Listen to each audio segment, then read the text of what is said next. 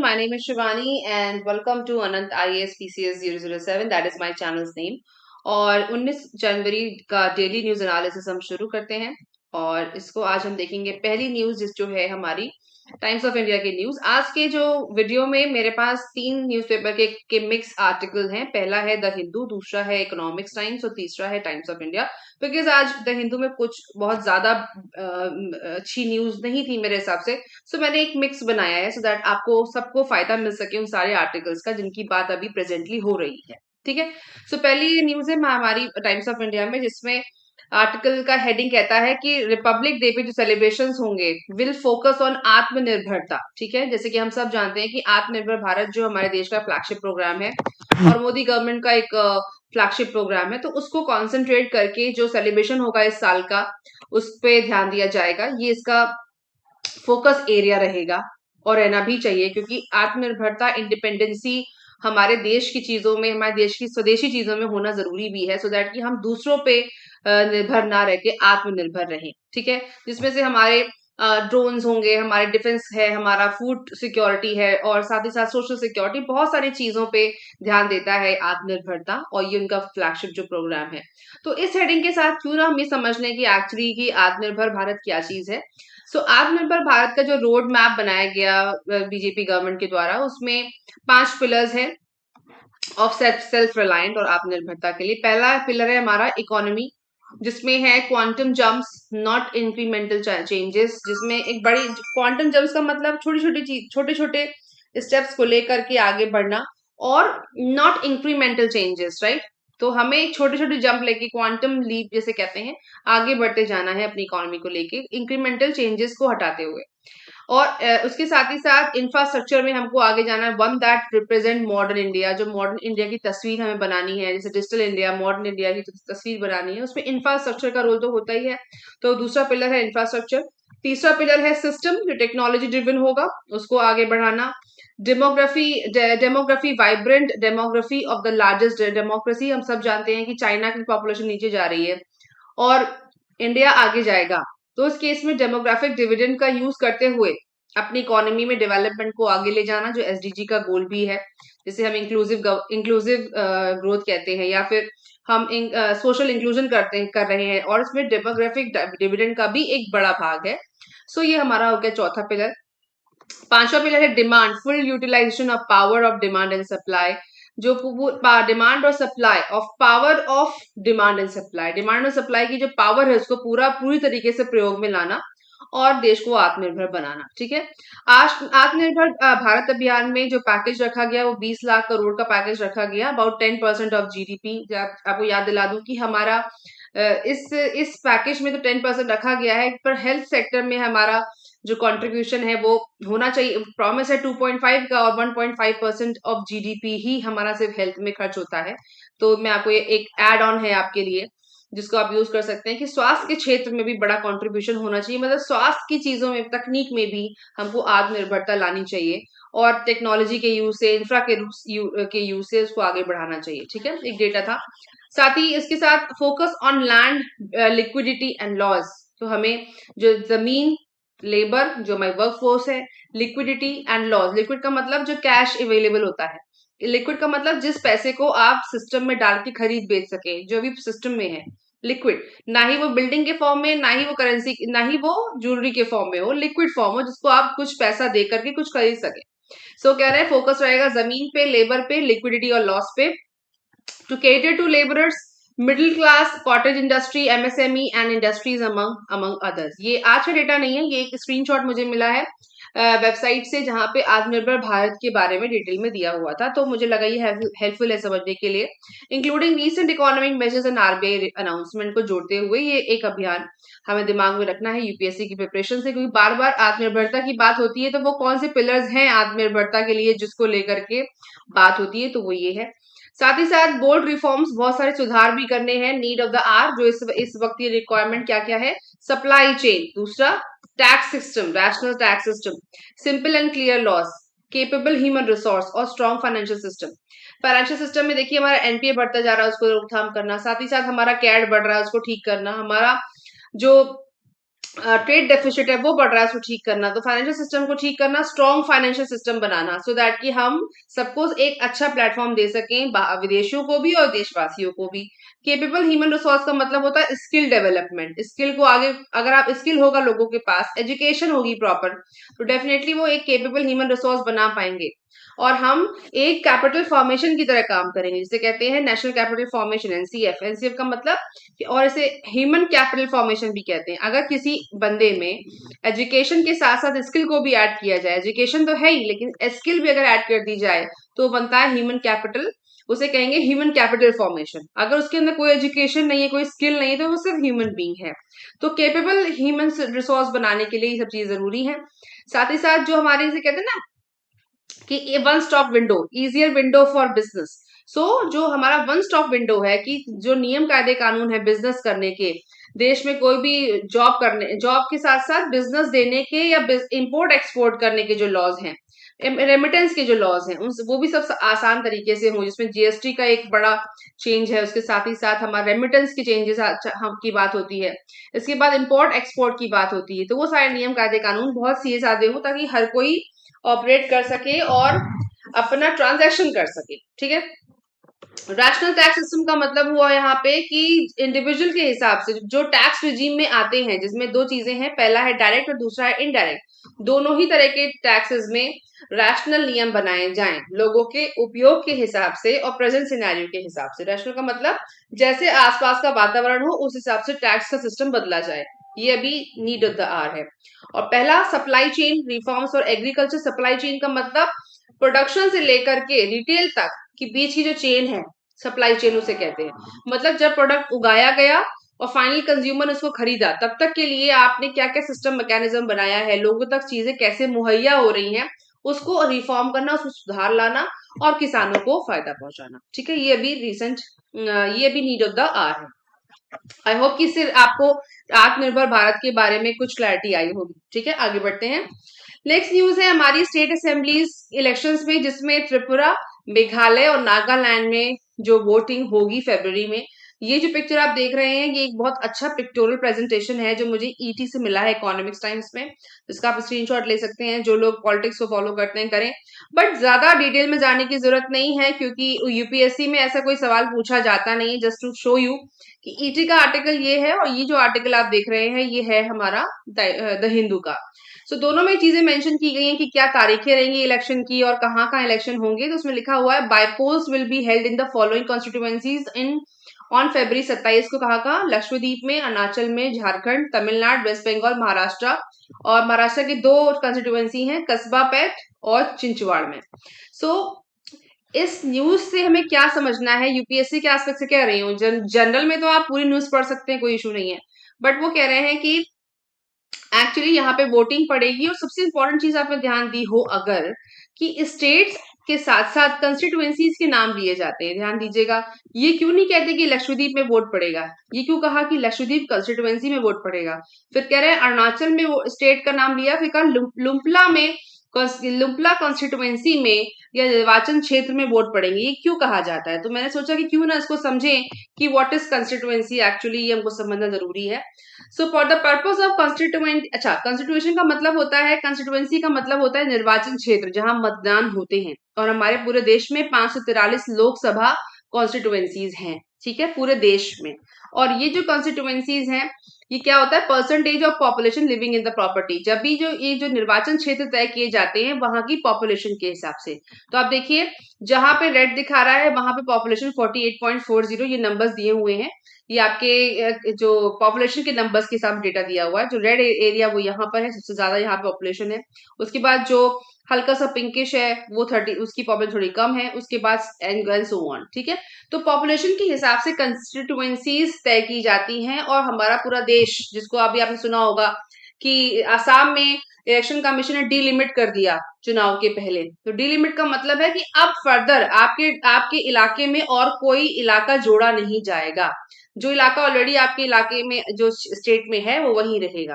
क्योंकि अगर सोचिए, अगर वो डिलिमिट ना करें तो चुनाव के आखिरी दिन तक भी आप कहोगे ये इलाका मेरा, ये इलाका मेरा, ये इलाका मेरा, ये इलाका मेरा। तो इस ये सब क्लेमिंग ना हो, इस तरह कोई झंझट ना हो, इससे बचने के लिए इलेक्शन कमीशन पहले से ही डिलिमिट कर देता है कि बस अब ऐसा है नहीं कि हर कोई कब्जा करता रहता है आसपास के इलाके में, बट एक मेथड है, एक तरीका है कि पहले अगर आपको चुनाव कराना है तो डिलिमिट करना पड़ेगा, जो इलेक्शन कमीशन का राइट है, पावर है, और वो करता है। तो उसके बाद अब समझते हैं कि for the purpose of constituting the Lok Sabha the whole country has been divided in 543 parliamentary constituencies, ठीक है, each one of which elects one member, और हर एक से एक मेंबर चुना जाता है। The member of the Lok Sabha are elected directly by the eligible voters. तो अगर आप देखें कि लोकसभा का इलेक्शन जो 2024 में होने वाला है, उसमें 543 कंस्टिट्यूएंसीज में चुनाव होगा, ठीक है, और इसी से जो चुन करके जो लोग आगे आएंगे वो लोकसभा में जाएंगे, ठीक है। तो अब आप कहेंगे कि स्टेट्स के अलग अलग होते हैं, जी हाँ, बिल्कुल स्टेट्स के अलग अलग होते हैं, और स्टेट्स के अंदर भी अलग अलग कॉन्स्टिट्यूएंसीज होती हैं स्टेट इलेक्शन में, जिससे पूरे देश की बात हो रही है। तो पूरे देश को 543 भागों में बांटा गया कि यहाँ यहाँ एक सीट दी गई और 543 सीटें होंगी लोकसभा में। तो पूरे देश का रिप्रेजेंटेशन पार्लियामेंट में होता है। 543 जो जो लोग जाएंगे, चुन करके जो नेता जाएंगे पार्लियामेंट में, वो पूरे देश को रिप्रेजेंट करेंगे। और पर सब समझिए, अगर राजस्थान में से चुनाव हो तो राजस्थान में भी अलग अलग अलग अलग निर्वाचन क्षेत्र है, कंस्टिट्यूएंसीज है, और वहां पे उनके जो हेड्स होंगे, जो चुन के आएंगे, जो नेता होंगे, वो वहां की लेजिस्लेटिव असेंबली में बैठेंगे, ठीक है। तो लोकसभा के एस्पेक्ट से 543 सीटें। अब समझ में ये बात होगी कंस्टिट्यूएंसी की। और ये बनता कैसे है, कैसे भारत में बनाया जाता है इन निर्वाचन क्षेत्रों को। The present delimitation of parliamentary constituencies within state has been done on the basis of 2001 census. जैसे कि अभी कहा भी जा रहा है कि 2021 की जो सेंसस थी वो पेंडिंग है, और जब वो हुई नहीं तो अब 2024 के जो चुनाव हो रहे हैं उसमें आप कैसे डिलिमिट करोगे। अभी सवाल अभी आया, आप उठ चुका है ऑलरेडी, और देखेंगे कि आगे क्या होगा। तो अभी सेंसस तो हुई नहीं है, पोस्टपोन हो गई, और अगर आगे होने की भी चांसेस कम ही लग रहे हैं। आज 2023 ऑलरेडी लग चुका है, तो कैसे होगा। पर 2001 के हिसाब से जो निर्वाचन क्षेत्र चुने गए हैं उन्हीं पे होने की पॉसिबिलिटी अभी दिख रही है। कितना सही गलत उसमें हमको नहीं जाना है। However the constitution of India was specifically amended 84th amendment, जो 84 अमेंडमेंट के हिसाब से जो ये 543 निर्वाचन क्षेत्र बनाए गए हैं, इनको अभी तक ऐसे ही रखा गया है। इसमें फर्दर चेंज के लिए कोई अभी स्कोप नहीं है, क्योंकि जो 84th अमेंडमेंट था उसमें क्या बोला गया है, not to have interstate delimitation of constituency till 2026, मतलब 2026 तक के लिए इनमें कोई परिवर्तन नहीं किया जाएगा।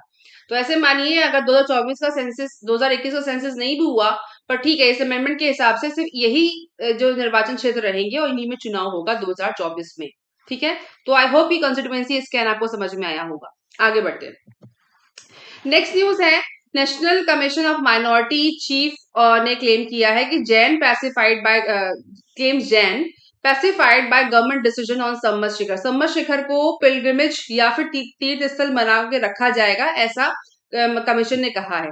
The union and the Jharkhand government have jointly decided that सम्मत शिखर will remain a place of pilgrimage. National commission of minorities chairman Iqbal Sinha Lalpura said on Wednesday, ठीक है। उसको मतलब तीर्थ स्थल मान के रखा जाएगा, उसमें कोई चेंज नहीं होगा। अगर आपको याद हो तो इकोलॉजिकल, तो ईएसजी की वजह से, इको सेंसिटिव जोन की वजह से वहां पे प्रदर्शन हो रहे थे कि उस पार्श्वनाथ हिल को भी इको सेंसिटिव जोन में कवर करने के लिए की वजह से प्रोटेस्ट हो रहे थे।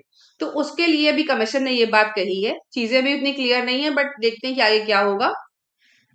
In the past 1 month, the National Commission for Minorities has received 168 petition, out of which 73 has been disposed of. ठीक है, तो उनको petition मिल रही थी और फाइनली उन्होंने कमीशन ने ये बात बोली है। और the government of India and Jharkhand government told us during the hearing on Tuesday that Samvat Shikhar will remain a religious place, Mr. Lalpura. तो अभी फिलहाल के लिए ये बात टल गई है और ये तीर्थ स्थल ही रहेगा। तो अब समझ लेते हैं कि शिखर, जिसकी शिखर की ये बात हो रही है, वो एक्चुअली क्या है, और थोड़ा सा बैकग्राउंड ले लेते हैं। Now Shikhar ji, also known as Sammet और Samet Shikhar ji, is one of the holiest pilgrimage site of Jain. जैनों की ये साइट है और एक तीर्थ स्थल है इन गिरी डिस्ट्रिक्ट झारखंड में। It is located in Parshwanath hill. Parshwanath hill पे सिचुएटेड है, which is the highest mountain in the state of Jharkhand का सबसे ऊंची पहाड़ी है। It is the most important Jain तीर्थों का बहुत ही ज्यादा इंपॉर्टेंट मुख्य स्थल है। बाय दिगंबर और श्वेतांबर दोनों पंथों के लिए जरूरी है। फॉर जैन तीर्थंकर supreme feature of Dharma along with many other monks attain moksha. यहाँ बहुत सारे जो बड़े बड़े मंक हुए हैं उनको मोक्ष प्राप्त हुआ है, तो ये उनके लिए बहुत मुख्य स्थल है। और ये सारा डेटा मुझे गूगल से मिला है, आप भी रेफर कर सकते हो। It is one of the 5 principal pilgrimage destination along with Girnar. इनके और भी पिलग्रिमेज डेस्टिनेशन हैं, जिनमें से ये एक और है, 5 है टोटल।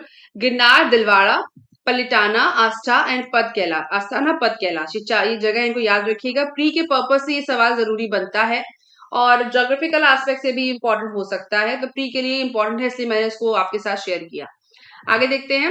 एक इंपॉर्टेंट फैक्ट ये है कि ये सिर्फ आज की बात नहीं है, अकबर के जमाने में भी जब बात हो रही है 1592 की, तभी अकबर ने भी इस जगह को रिकॉग्नाइज किया था।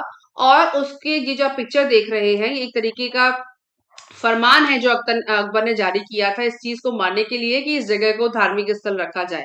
तो उसके लिए बात हो रही है। अनदर, इसको थोड़ा पढ़ लेते हैं। Another farman of Akbar also issued in favour of Hirvijay Suri. Harvijay Suri के बारे में समझेंगे। Is a beautiful document with its border decorated in colour and written in Sikashtha script. Sikashtha script में लिखा गया है इसको।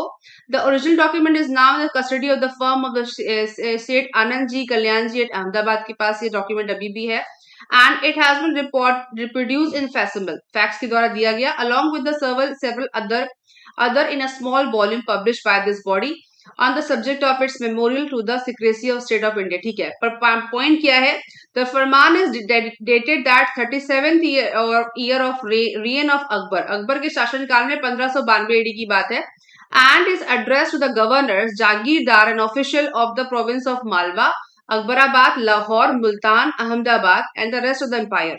The emperor states that having heard of the goodliness of Hir Vijay Suri, the Acharya of the Jain Shwetambar religion, he had sent for him, and that when the Acharya was returning to his native place, he had made a request that the heaven-reaching hills of Siddhachal, Girnar, Taranga, Keshrinath, and Abu, all situated in Gujarat, and the 5 hills of Rajgarh and the hills of Samad Shikhar, जिसको पार्श्वनाथ भी कहते हैं बंगाली में, together with all the कोठीज। तो उन्होंने उसकी काफी तारीफ करी क्योंकि वो विजय सूरी के प्रभाव में थे, जिसकी वजह से ऐसा कहा जाता है कि अकबर ने वेजिटेरियन या फिर जो मांसाहार को छोड़ा था और वेजिटेरियन हो गए थे अकबर। तो उस केस में इनका इंप्रेशन था, जैनिज्म से ये चीज उनके अंदर आई थी।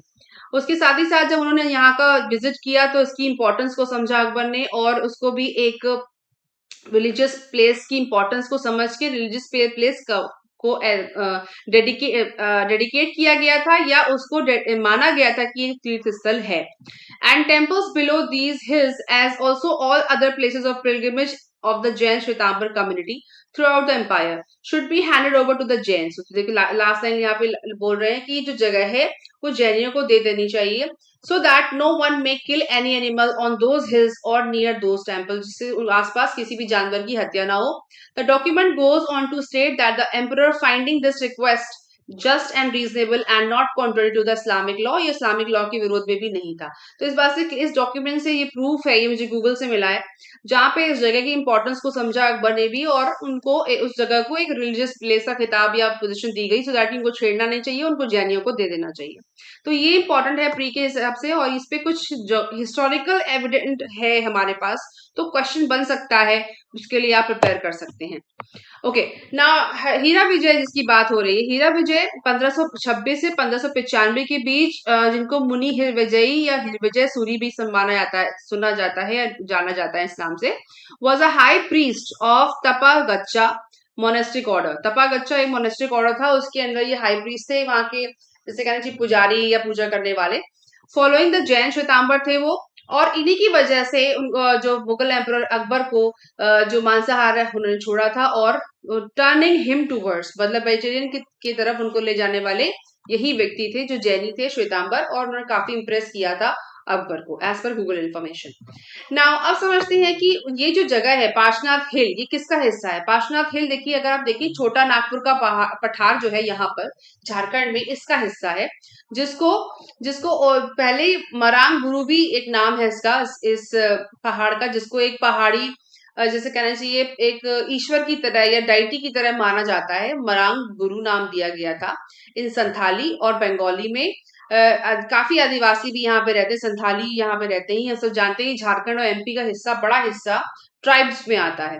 Is a mountain peak in the Parshvanath range. ठीक है, समझने वाली बात क्या है कि छोटा नागपुर का पहाड़ ऐसे लोकेट करना है जोग्राफिकल एस्पेक्ट से। साथ ही साथ this hill is named after Parshvanath. ये जो हमारे पार्श्वनाथ हैं वो 23वें तीर्थंकर थे जैन धर्म के, जिसको आपको हिस्टोरिकल एविडेंस से रिवाइज करना चाहिए।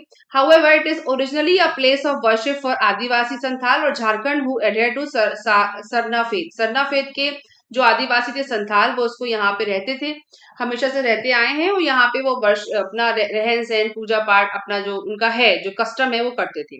ठीक है, नाउ इस मैप पे हम थोड़ा लोकेट कर लेते हैं कि छोटा नागपुर का प्लेट्यू या पठार यहाँ पे दिख रहा है। उसके बाद आपको दंडका दंडा दंडकारण्य जो हमारा जो जहाँ पे दंडक विन सॉरी माय मिस्टेक, दंडक वन भी देखा गया है, लोकेट किया गया है रामायण के टाइम में, इसका नाम रेफरेंस आता है। तो दंडकारण्य जो प्लेट्यू है वो भी यहाँ पर है। तेलंगाना का प्लेट्यू इधर है, कर्नाटक का प्लेट्यू इधर दिख रहा है, मालवा, बुंदेलखंड और बघेलखंड और दक्कन का पठार। ध्यान दीजिए ये जो तीनों लगे हुए पठार हैं, इनका जो डिवाइड है वो हिस्टोरिकल एविडेंस से बहुत इंपॉर्टेंट है। लोग कंफ्यूज रहते हैं कि भाई बुंदेलखंड कहाँ है और बघेलखंड कहाँ है, मालवा कहाँ है। तो फिर से देख लेते हैं कि जो अगर आप देखें कि यूपी का कुछ पार्ट, बीच में एमपी का बड़ा पार्ट, ये उस पठार का हिस्सा है। तो बुंदेलखंड का आधा तो यूपी में, आधा आप देखें तो एमपी में है। तो बुंदेलखंड, मालवा और बघेलखंड लगे हुए हैं, जिसकी देखिए ट्रायो एक साथ हैं। फिर उसके बगल में आप छोटा नागपुर का पठार यहाँ देखेंगे। उसके बाद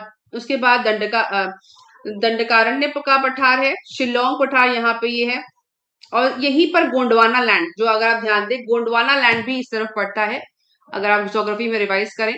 और कर्नाटका प्लेट्यू है, दक्कन का पठार है, और बाकी सब चीजें आप ज्योग्राफिकल एस्पेक्ट से रिवाइज कर सकते हैं। प्री के लिए इंपॉर्टेंट लग रहा है, मुझे होना चाहिए, और GS1 के पर्पज से भी इंपॉर्टेंट है ये पूरी इंफॉर्मेशन। ओके, आगे आते हैं। Supreme Court reserves order on plea by fisherman using purse seine nets of Tamil Nadu coast line. Supreme Court ने जो डिसीजन था पर सीन को लेकर के, तमिलनाडु में जो पर सीन का मुद्दा है उसके लिए जो इनका निर्णय था उसको होल्ड कर लिया है, उसको ओपन नहीं किया है। और जो सीनियर एडवोकेट थे मुकुल रोहतगी से उनकी जो बेंच से डिस्कशन हुआ उसकी कुछ ग्लिम्सेस है यहाँ पे, वो समझेंगे। तो उन्होंने कहा कि जो मुकुल रोहतगी, उन्होंने कहा कि disagreed with the central government point of view based on the expert committee's report that there was no harm in regulated purse seen fishing beyond territorial waters of Tamil Nadu। ने कहा कि इसमें क्या हर्ज है कि अगर हम अपने जो हमारे फिशरमैन जो हैं तमिलनाडु के जो आसपास के इलाके में जहां फिशिंग करते हैं, उनको टेरिटोरियल लिमिट्स के हिसाब से या वाटर लिमिट के हिसाब से उनको हम कंट्रोल करें, इसमें क्या हार्म है। ऐसे उनकी जिंदगी भी बच सकती है और उनका काम काज भी बच सकता है। और उन्होंने कहा कि मैं सेंट्रल गवर्नमेंट के इस पॉइंट ऑफ व्यू से डिसअग्री करता हूं और ये कहता हूं उसमें क्या हार्म है कि अगर हम वहां के फिशरमैन को कंट्रोल कर लें और वहां जो पर सीन का इलाका है जहां पर वो फिशिंग करते हैं उनको अपने वाटर लिमिट्स में रखा जाए। Mr. Rodgi said the state would certainly refuse to police to purse-seiners, saying it would not put the livelihood of its traditional fishermen in jeopardy। तो मतलब उनकी जान को खतरे में डालने की क्या जरूरत है। फिलहाल अभी सुप्रीम कोर्ट का डिसीजन नहीं आया है। इस पिक्चर में हम देख लेते हैं कि एक्चुअली पर्स-सीन दिखता कैसे, काम कैसे करता है। तो अगर आप देखें कि इस केस में बड़ा सा जो जाल है ऐसे फेंका जाता है इस तरीके से, जब उसपे ऐसे जो उसका एरिया स्पैन कर जाता है, उसमें मछलियां आ जाती हैं, उसके बाद उसको ऊपर खींच लिया जाता है। थोड़ा और समझते हैं। इस पिक्चर में अगर आप देखें कि पहले ऐसे ऐसे उसको घुमा करके फेंकता है फिशरमैन, उसके साथ जैसे ही उसको पीछे आप ये जो एरिया यहाँ स्प्रेड करता है, फिर नेट ऐसे बन जाता है और ऊपर उसमें मछलियों को ऊपर खींचा जाता है। तो वो कहना चाह रहा है कि इससे होता क्या है, क्योंकि इसमें इस पर्स में ये पर्स की तरह काम करता है, पर्स की तरह दिखता है। तो जिसकी वायर्स होती हैं वो जाके वाटर लिमिट से कभी कभी क्रॉस कर जाती हैं, कभी कभी दूसरे जहाजों में फंस जाती हैं, और इसके चक्कर में जो वाटर लिमिट से एक्सीड करके हमारे फिशरमैन चले जाते हैं, उनकी जान को खतरा हो जाता है। ऐसी बहुत सारी न्यूज आती रहती हैं। इसके ही हवाले से सुप्रीम कोर्ट में इसकी सुनवाई चल रही है, लेकिन फिर भी अभी जो उसका रिजल्ट है उन्होंने अभी उसको ओपन नहीं किया है। बहुत ही अच्छी बात सुप्रीम कोर्ट ने बोली, वो ये कहा, you are making this out to be as if it is a rich versus poor issue. उन्होंने कहा, justice Dhulia told mister Rohatgi.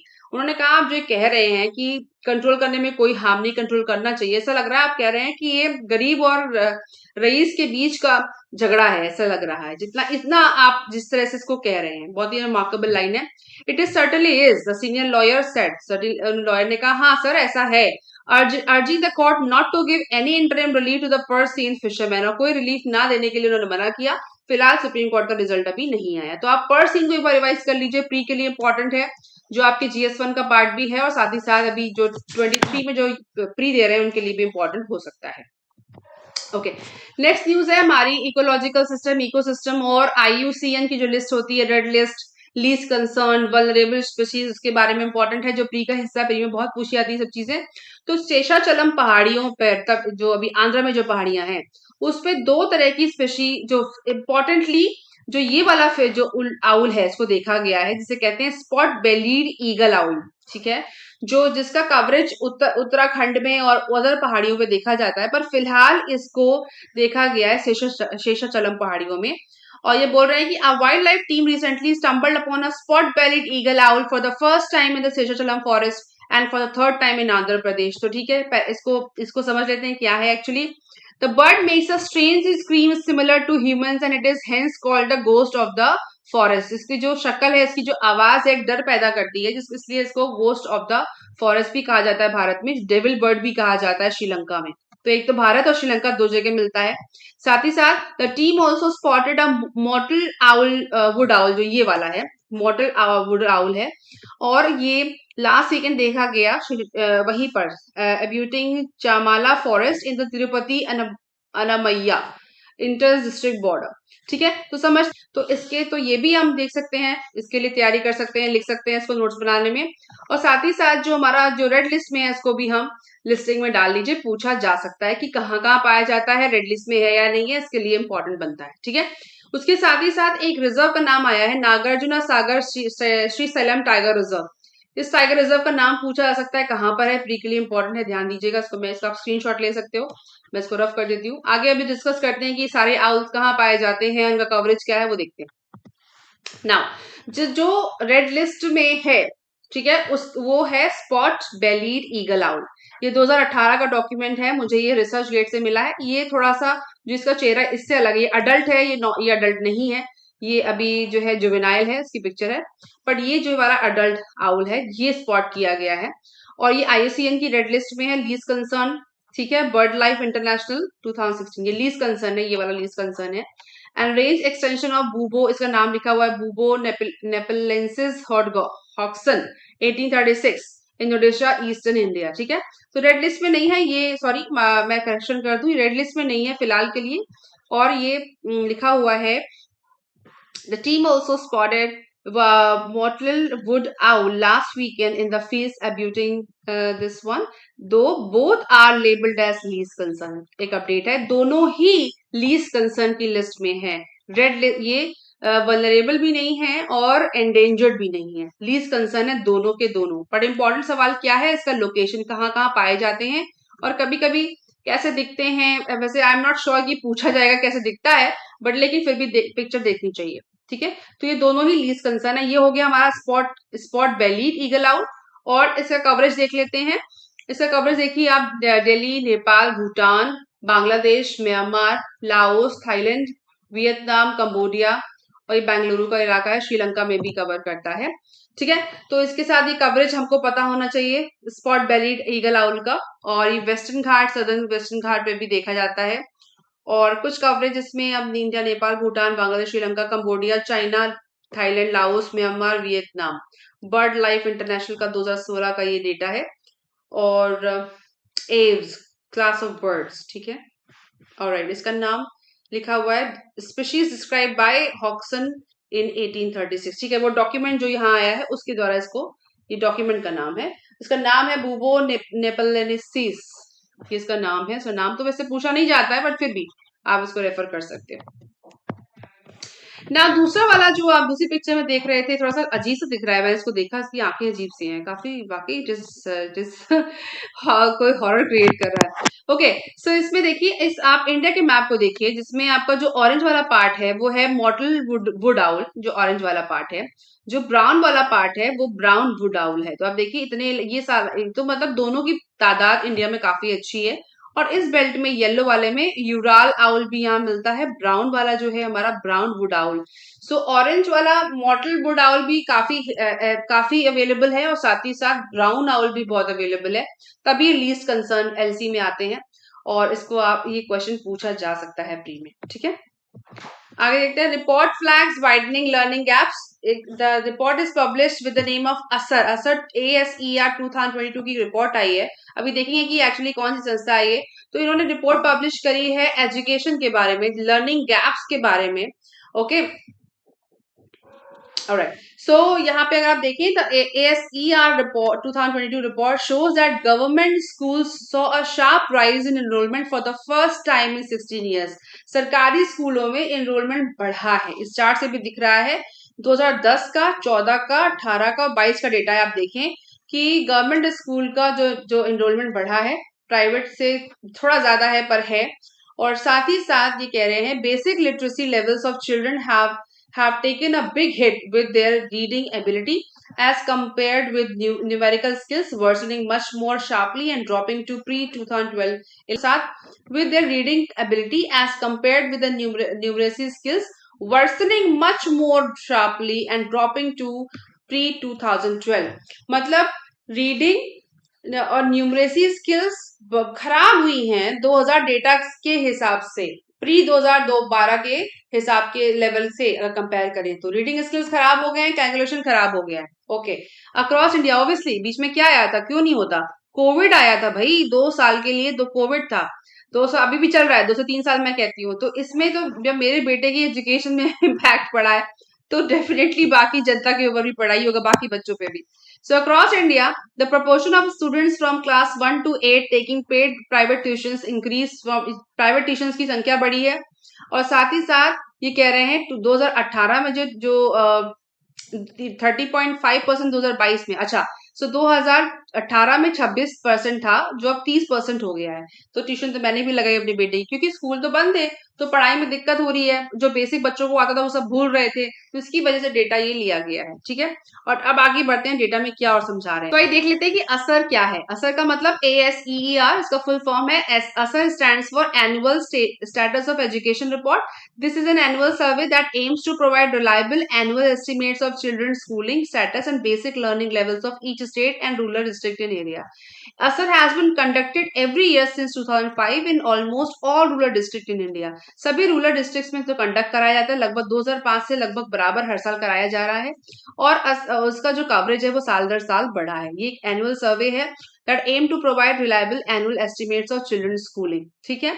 और ASER is largest citizen led survey है। ये सर्वे है जो वॉलंटरली लोगों से करवाया जाता है। It also the only annual source of information on children's learning outcome available in India. ये कोई संस्था, कोई सरकारी संस्था नहीं है, ये जो ये कंडक्ट कराया जाता है सर्वे है, और सर्वे के हिसाब से लोगों से वॉलंटरली हेल्प ली जाती है डेटा कलेक्ट करने के लिए, ठीक है। सो Unlike most other large-scale learning assessment, ASER is a household-based rather than school-based. ये household-based survey है, school-based नहीं है.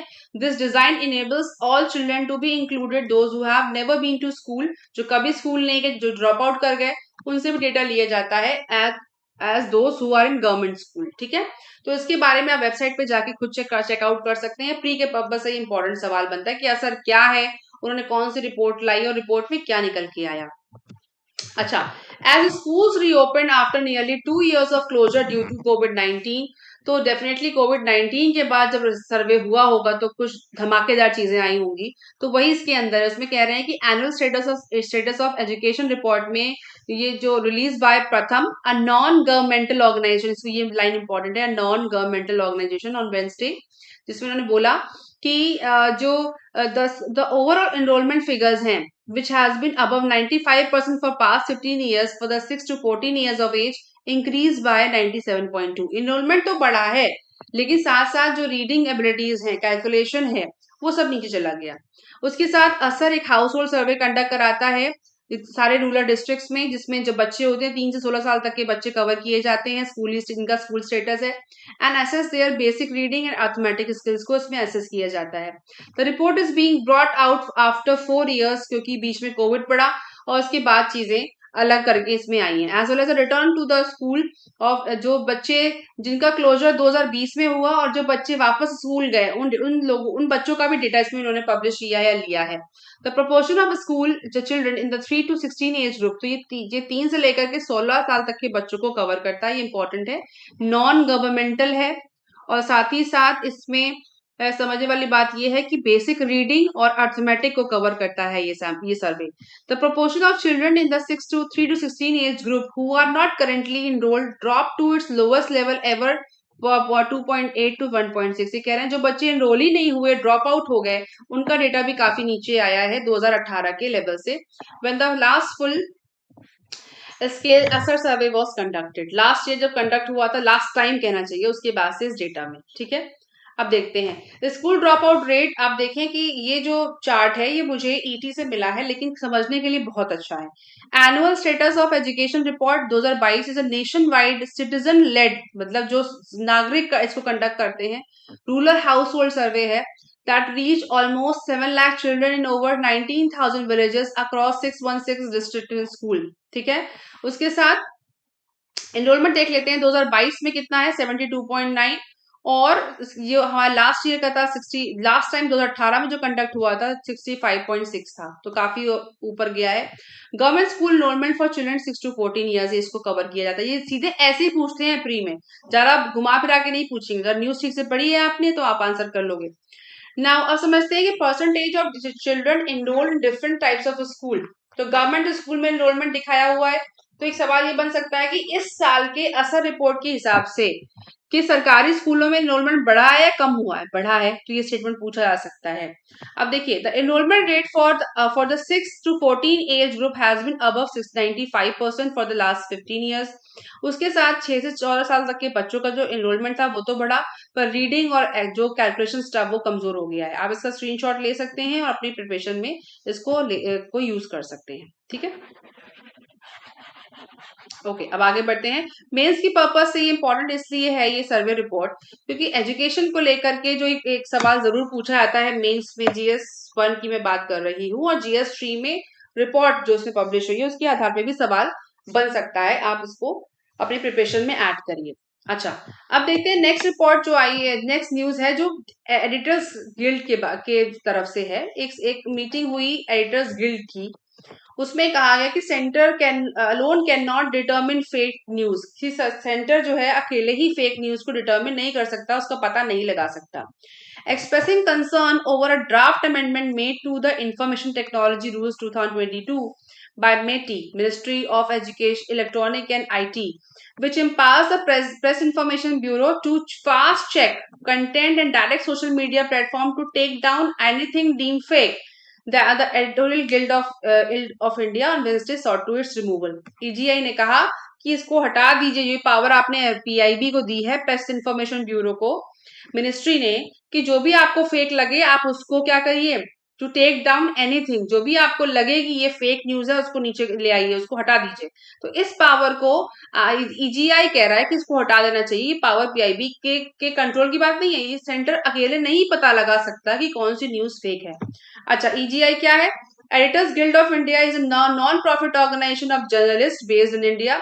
The organization has declared objectives of protesting press freedom and for raising the standard of editorial leadership of newspaper magazine. तो ये एक non profit संस्था है, और ये इसका जो ऑब्जेक्टिव है वो क्या है, protecting press freedom of press को, या प्रेस फ्रीडम को प्रोटेक्ट करना, for raising the standard of editorial leadership of newspaper, ठीक है। इसका गठन 1978 में हुआ था कुलदीप नैयर के द्वारा। EGI has represented India's newspaper in communication to the government, ठीक है। तो इम्पोर्टेंट, ये एक रिमार्केबल संस्था है जो फ्रीडम ऑफ प्रेस के बारे में बात करती है, तो इसको समझना जरूरी है, प्री के लिए इंपॉर्टेंट हो जाता है, ठीक है। नाउ इसका गठन 1978 में हुआ था, जैसे हमने पढ़ा, कुलदीप नैयर ने इसे गठन किया था, और उसके ऑब्जेक्ट हमने देख लिए हैं। अगर आप इसकी वेबसाइट पर जाएंगे तो आप उसको और इन्फॉर्मेशन ले सकते हैं, मैंने चेक किया है, वहीं से डेटा मैंने आप तक शेयर किया है। अब आगे की न्यूज में आते हैं कि ऑयल डिमांड बढ़ सकती है, क्यों? May see high on China कोविड-19 रीओपनिंग। अब देखिए कि चाइना ने अपने बॉर्डर्स को खोल दिया है और ट्रैवल स्टार्ट हो गया है। तो अब क्योंकि एक खतरा तो ये है कि चीजें खराब भी हो सकती हैं जो जो जो इकोनॉमिकल एस्पेक्ट से, पर कंजम्पशन बढ़ सकता है। तो अब कह रहे हैं कि two wild cards dominate this year oil market, Russia and China. Russia ने तो इसलिए क्योंकि उन्होंने यूक्रेन पे अटैक किया तो रशिया के ऊपर सैंक्शन लग गए, और चाइना के कोविड की वजह से मार्केट को डोमिनेट करके रखा। Says IEA agency points out driver of 2023 GDP oil demand growth will be timing pace of China's recovery. जैसे जैसे चाइना की रिकवरी होगी ऑयल की डिमांड बढ़ सकती है। ऑल आइज ऑन चाइना, ध्यान दीजिएगा। तो ये जो संस्था है ना, जिसका नाम है इंटरनेशनल एनर्जी एजेंसी, इन्होंने ये बात को बोला है। इस संस्था को आपने प्री में ऐड कर लीजिए, संस्था क्या है और इसके बारे में कुछ चीजें तैयार कर लीजिए। उसके साथ ही साथ इसमें लिखा है output from OPEC plus. OPEC plus कौन से देश है? Producer group will decline led by Russia. So international politics में ओपेक का बहुत इंपॉर्टेंस है। ओपीईसी प्लस क्या है और आईईए क्या है, इसके बारे में आप तैयार कर लीजिए, प्री में पूछा जा सकता है। ये न्यूज नहीं पूछी जाएगी पर छोटी चीजें ही पूछी जा सकती हैं। ये आपके लिए आज का होमवर्क रहा। नेक्स्ट न्यूज है तमिजगम। तमिजगम का जो वर्ड यूज किया था तमिलनाडु के गवर्नर ने कि तमिलनाडु से उनको कोई आपत्ति नहीं है, उन्होंने कहा था इसका हिस्टोरिकल बैकग्राउंड बहुत है, इसलिए उन्होंने कहा कि पॉलिटिकल शब्द नहीं था, ये हिस्टोरिकल शब्द था, इसलिए मैंने इसको यूज किया और तमिलनाडु की जगह तमिजगम अगर बुलाया जाए तो ज्यादा बेटर रहेगा, ऐसा उन्होंने इस आर्टिकल में कहा है। तो समझते हैं कि एक्चुअली हिस्टोरिकल बैकग्राउंड है क्या। तो ये जो शब्द है ना, इसका जो जो कनेक्शन है वो संगम में से जुड़ा हुआ है, और तमिलकम जो शब्द है वो जरूरी है समझना। तमिजगम तो है पर इसका मतलब है तमिल बोलने वाला राज्य या तमिल बोलने वाली जगह, जिसमें से चेरा, पांड्या और चोलास का जो पूरा इलाका था ना, ये मैक्सिमम इतना इलाका आप कह सकते हो, ये सब तमिल बोलता था। और ये तमिल प्रोमिनेटिंग एरिया था, वहां पे तमिल लोग ज्यादा बोलते थे, इसलिए वो तमिल का इलाका था। तो तमिल का मतलब जहां तमिल भाषा बोली जाती हो। तो इसलिए संगम मेरा में इसकी इंपॉर्टेंस बहुत ज्यादा थी, हिस्ट्री के लिए इंपॉर्टेंट हो जाता है GS1 में, और साथ ही साथ ये प्री के लिए भी इंपॉर्टेंट बन जाता है। इसमें इलाके आते हैं तमिलनाडु के केरला, पुडुचेरी, लक्षद्वीप, आंध्रा, कर्नाटका के इलाके आते हैं जो उस समय चेर, चोल और पांड्या हुआ करते थे। ठीक है, संगमेरा में। तो आप उसको रेफर कर सकते हैं अपनी प्रिपरेशन में। और साथ ही साथ एक चीज और जो देखने वाली है कि जो ये मैप है ना, संगम के तीन एरा रहे हैं, पहला, दूसरा और तीसरा। तो इस मैप के हिसाब से अपनी प्रिपरेशन में आप देख लीजिए कि तमिजगम शब्द का जो इंपॉर्टेंस क्या था, कौन कौन सी कवरेज हुई, कौन कौन से राइटर्स थे, क्या क्या लिखा गया, क्या लिटरेचर था, इसको पूरा आप रिवाइज कर लीजिए अपने प्री के लिए। और मेंस के लिए इसका सिग्निफिकेंस हो सकता है लिंग्विस्टिक डिवाइड की वजह से, क्योंकि भाषाई आधार पर डिवाइड चल रहा की बात बहुत हो रही है अभी महाराष्ट्र और कर्नाटका में बात हो रही है। तो भाषाई आधार पर इसका डिवाइड क्यों नहीं हुआ, अगर भाषा तमिल ज्यादा थी तो? क्योंकि आप देखते हैं कि साउथ में बहुत सारी भाषाएं बोली जाती हैं, तमिल है, तेलुगु है, मलयाली है, तो सिर्फ भाषाई आधार पर डिवाइड इसका क्यों नहीं हुआ? तो GS3 के लिए इंपॉर्टेंट हो सकता है एक क्वेश्चन के रूप में, और ऐसे क्वेश्चन पहले पूछे भी गए हैं। तो लिंग्विस्टिक डिवाइड जो है हमारी कंट्री का एक बड़ा इशू है, बड़ा मुद्दा है, तो उस केस में मेंस के लिए इंपॉर्टेंट है और प्री के लिए ये एक संगम एरा जो संगम काल है उसके हिसाब से इंपॉर्टेंट है।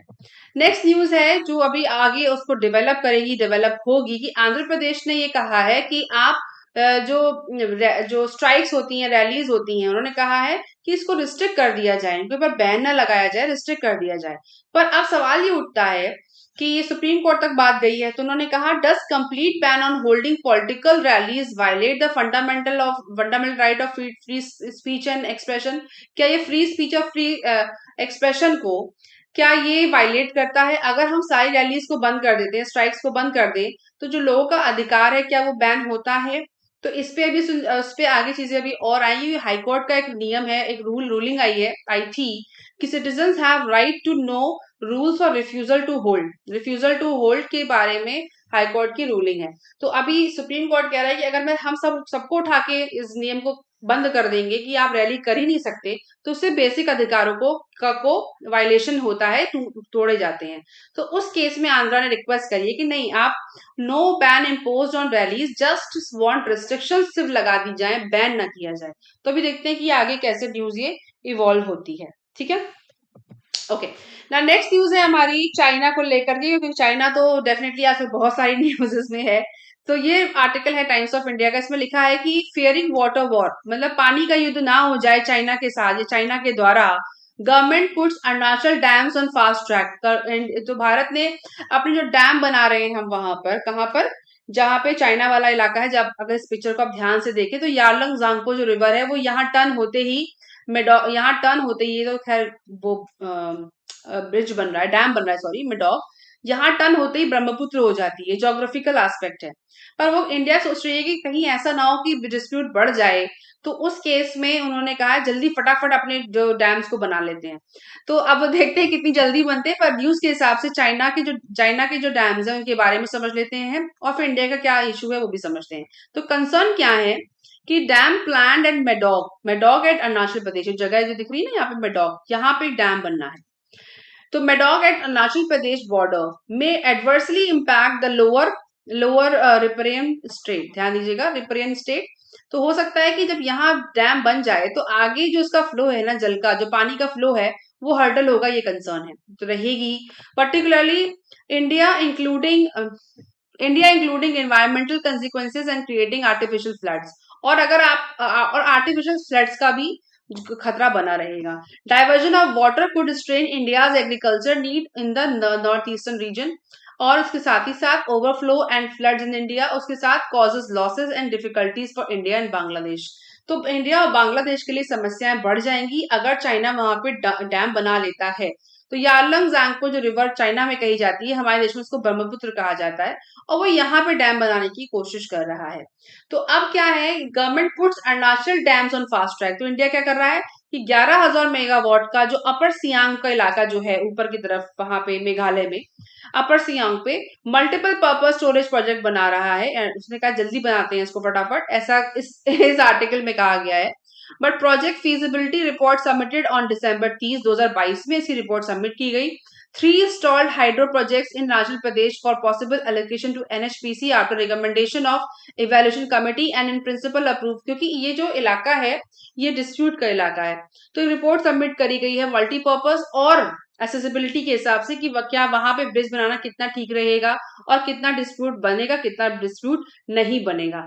अभी अब हम सब जानते हैं कि भूटान से बात हो रही है चाइना की, जो है दोकलाम के इलाके को लेकर के। तो वहां पे भी कुछ डिस्प्यूट, चाइना कुछ अपना एक्सपोजर बढ़ाने की कोशिश कर रहा है भूटान में भी, अगर आपको याद हो, इसकी न्यूज हमने डिस्कस की थी कल। तो ये जो इलाका है ना पूरा, ये डिस्प्यूट का ही इलाका है। तो उस केस में अगर कोई झड़प होती है, झड़प होती है, तो उस केस में हमारा क्या फ्रंट है, इसके लिए इंडिया फटाफट डिसीजन लेने के लिए सोच रहा है। ये आर्टिकल हिंदू का नहीं है, ये मुझे टाइम्स ऑफ इंडिया से मिला, पर काफी इंफॉर्मेटिव है, आप इसका स्क्रीनशॉट ले सकते हैं और अपनी प्रिपरेशन में इसको ऐड कर सकते हैं। अच्छा, ये आर्टिकल GS3 के लिए तो इम्पोर्टेंट है ही, इंटरनेशनल रिलेशनशिप, वाटर डिस्प्यूट को लेकर के, साथ ही साथ ये हमारे जोग्राफिकल एस्पेक्ट से भी इम्पोर्टेंट है GS1 के लिए, तो इसको आप देख सकते हैं, प्रिपरेशन कर सकते हैं।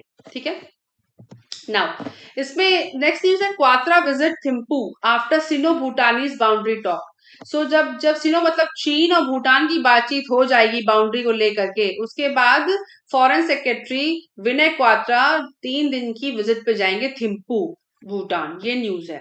Bhutan and China recently held expert level talks in Kunming on boundary negotiation. हम सब जानते हैं कि बातचीत चल रही है, क्योंकि भूटान हमारा भी मित्र देश है और हमारे पास का देश है, तो उससे हमारे भी कुछ कुछ बातचीत रहती है, कुछ डिस्प्यूट है, कुछ बातें हैं जो हमें भी करनी है। तो उस केस में जो हमारे फॉरेन सेक्रेटरी हैं वो वहां पर जाएंगे, इसके बारे में है। Bhutan share 699 kilometre border with India, states of Assam, Arunachal and west Bengal and Sikkim. ये हमारे प्री के लिए तैयार क्वेश्चन है। It serves as buffer between China and it serves as buffer, ये हमारी बफर तैयार करता है इंडिया और चाइना के लिए।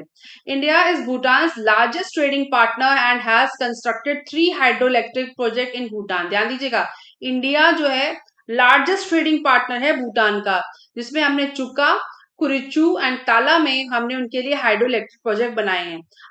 Are operational and exporting surplus power to India, और जो वहां पे वो बिजली बनाते हैं और जो सरप्लस है वो हमें देते हैं। ये तो पुरानी कहानी है, तो उसको लेकर के एक जो बातचीत भी हमें करनी है वो करेंगे। और चाइना के जाने जो उनकी टॉक खत्म होने के बाद ऐसा होगा कि हमारे फॉरेन सेक्रेटरी विजिट करेंगे। उनके बीच का जो डिस्प्यूट है ना वो क्या है, दोकलाम। उसके बाद जो डिस्प्यूट है इंडिया सिलीगुड़ी कॉरिडोर जो दोकलाम के पास में है, was the site of a long standoff between India and China troops। 2017 में यहाँ पे डिस्प्यूट हुआ था दोकलाम के इलाके में, और ये भी एक मुद्दा है बात करने के लिए। Talks between China and Bhutan since 1984 have largely been on contested area in Bhutan west. Bhutan के पश्चिम में, अगर हम आगे देखेंगे, वो इलाका जो है ना वो डिस्प्यूट का इलाका रहा है, भूटान का पश्चिम का इलाका यहाँ पर, ठीक है। और जो ये जो बात हो रही है डोकलाम की, वो आप देखिए भूटान का यहाँ पर है, इंडिया यहाँ पे लग रहा है, यहाँ पे चाइना है। तो इसको लेकर के डिस्प्यूट रहा है, जिसमें China Bhutan border claim by China, जो रेड लाइन है, पिंक लाइन जो है चाइना भूटान बॉर्डर है claim by India and Bhutan, और बाकी जो ग्रीन इलाका है वो डिस्प्यूटेड है। और यही डोकला का जो दर्रा है, बटांगला, जेलेपला, नाथुला, ये जो इलाका है ना, यहाँ पे बहुत बार स्टैंड ऑफ हो चुका है। तो जिसकी वजह से हम उससे उनसे बात करें, क्योंकि चाइना का स्टैंड तो हमेशा बदलता रहता है, तो उस केस में ये बात इंपॉर्टेंट है। नाउ आते वापस न्यूज पे। India's great example of countries choosing security help from US. वो कह रहे हैं कि ready for any response to wean them away from Russia. Pentagon ने कहा है कि हम किस रेडी फॉर एनी, ये उसी न्यूज का पार्ट है एक्चुअली, किसी का आधा पार्ट वहां पे है। तो कहना ही चाह रहे हैं कि ready for any response to wean them away from Russia. Pentagon ने कहा है उनको अलग रखने के लिए हम कुछ भी करेंगे, wean them away from Russia, Russia से अलग रखने के लिए। India a great example of countries choosing security help from US. और एक बहुत बेटर, बहुत अच्छा एग्जाम्पल है countries choosing security help from, जो यूएस से सपोर्ट लेने के लिए बहुत बढ़िया एग्जाम्पल है इंडिया। क्यों कहा जा रहा है, ये उसी न्यूज का एक पार्ट है। वॉशिंगटन ने कहा है India is a great example of countries who are choosing security assistance from US, Pentagon has said, underlining that it was ready for any response to wean them away from Russia, Russia से अलग करने के लिए। Now, Pentagon spokesperson Pat Ryder said the US understand that some countries that bought Russia or Soviet era weapons want to maintain some type of relationship with Moscow। वो कह रहे हैं कि पैट राइडर जो उनके स्पोक्स पर्सन, उन्होंने कहा कि ये यूएस समझता है कि कुछ देश ऐसा बॉट मतलब लेकर आए हैं इस बात को सामने कि रूस और या सोवियत एरा के जो जो औजार हैं, जो वेपन थे, want to maintain some type of relationship with Moscow. वो मॉस्को से कुछ कनेक्शन बना के रखना चाहते हैं। ये कौन से वेपन थे? There are a lot of countries that maintain security or defense relationship with Russia. Again, that's a sovereign decision for individual countries to make. He said on Tuesday in Washington, India pursues an independent foreign policy and is defenses acquisition or guided by security interests. The Ministry of External Affairs has maintained PTI. So कह रहे हैं कि कुछ लोग ऐसा सोचते हैं कि रशिया से अलग करने में यूएस इंडिया को सपोर्ट, ग्रेट एग्जांपल मानेगा कि वो उसने क्या यूएस से सपोर्ट लिया सिक्योरिटी का, और उनको अलग करने में पेंटागन आगे आएगा। और ये लाइन है ना कि US understand that some countries that bought Russia और Soviet era weapons want to maintain some relationship with Moscow, कि जो उसके डिस्प्यूट में थे वो उसके साथ कोई संबंध बना के रखना चाहते हैं, ये ऐसा समझता है यूएस। ठीक है, तो हिडन मैसेज है इसके पीछे। There are a lot of countries that maintain a security defence relationship. रूस से बहुत सारे देशों ने अपनी सिक्योरिटी से, इंडिया भी आता है, संबंध बना के रखे हैं, ये वो जानते हैं। अगेन दैट सोवरेन, उनका ये सोवरेन डिसीजन है, संप्रभु अधिकार है। To he has said on Tuesday Washington, India pursues an independent foreign policy, और इंडिया की इंडिपेंडेंट फॉरेन पॉलिसी भी है, and its defence acquisition are guided by its security interest. ठीक है, तो समझने वाली बात यह है कि यूएस भी अभी इंडिया की तरफ एक दूसरे तरीके से देखता है। अब जो एरा है वो थोड़ा सा अलग है। अगर आप ध्यान दें कि इंडिया ने नॉन अलाइनमेंट मूवमेंट से थोड़ा सा डिस्टेंस किया है, साथ ही साथ पाकिस्तान को लेकर के सार्क में जो उनका जो पाकिस्तान में अगली साल सार्क की जो मीटिंग होने वाली है उसमें शायद इंडिया नहीं जाएगा, और क्योंकि पाकिस्तान से हमारा फ्रंट ठीक नहीं है। और उसके बाद जो एससीओ की मीटिंग होगी, शंघाई कोऑपरेशन ऑर्गेनाइजेशन की मीटिंग जो उसके बाद होगी, उसमें शायद पाकिस्तान भी ना आए। तो जो हमारे जो साउथ साउथ देश के जो लोग हैं ना, जो पॉलिटिक्स है वो काफी अलग हो चुकी है इस वक्त, और इसीलिए यूएस ये स्टेटमेंट दे रहा है। तो वो यूएस जो सोवियत रशियन वॉर की बात कह रहे हैं कि Russia they US understand that some countries, कुछ देश ऐसे हैं जो रशिया और सोवियत वॉर के weapon want to maintain some type of relationship, जो उसकी जो कॉन्सेप्ट था ना, क्या वेपन था उनका, सोशलिज्म, कम्युनिज्म, राइट। सो उससे कुछ रिलेशनशिप बना के रखना चाहते हैं। अगर आपको याद हो कि इंडिया भी उनमें से एक देश है, पंडित नेहरू के समय से, जो सोशलिज्म से इम्पैक्ट थे रशिया के, तो उनसे कुछ संबंध बना के रखना चाहते हैं, ये बोल रहे हैं वो। लेकिन हर देश का अपना संप्रभुता है, वो अपनी पॉलिसी को बना के रख सकता है। बट इंडिया क्या करेगा, रेडी फॉर एनी रिस्पॉन्स, पर पेंटागन कह रहा है कि हम हर तरह के रिस्पॉन्स के लिए तैयार हैं, to wean them away from Russia, Russia से अलग रखने के लिए। क्यों? क्योंकि रशिया ने यूक्रेन पे अटैक किया, तो अब रशिया किसी और देश पे, रशिया या रशिया से जुड़े हुए देश, रशिया जुड़ा हुआ देश कौन सा है, चाइना। और चाइना कहाँ पे जाना चाहता है, ताइवान को अपने मिलाना चाहता है, ध्यान दीजिएगा। तो वो कह रहे हैं कि हम पूरी कोशिश करेंगे कि उनसे दूर रखा जाए। तो एक हिडन मैसेज है इसके अंदर। अच्छा, अब ये जो विजिट होने वाली है, जो भी हुई नहीं है, इसको बहुत ये इंपॉर्टेंट विजिट होगी, क्योंकि अभी चाइना की की बात हो रही है, होने वाली है, सॉरी हो रही है भूटान से, उसके बाद हमारा स्टेप देखने वाला होगा, ठीक है। तो आईआर के पर्पज से और ज्योग्राफी के पर्पज से आप इसको प्रिपेयर कर सकते हैं। ये था आज का हमारा डेली न्यूज एनालिसिस, और मिलते हैं आपसे फर्दर डिस्कशन, बहुत सारे एडिटोरियल और न्यूज एनालिसिस के साथ नेक्स्ट वीडियो में। तब तक अपना साथ बना के रखिए, सब्सक्राइब कीजिए और कमेंट कीजिए और तैयारी करते रहिए।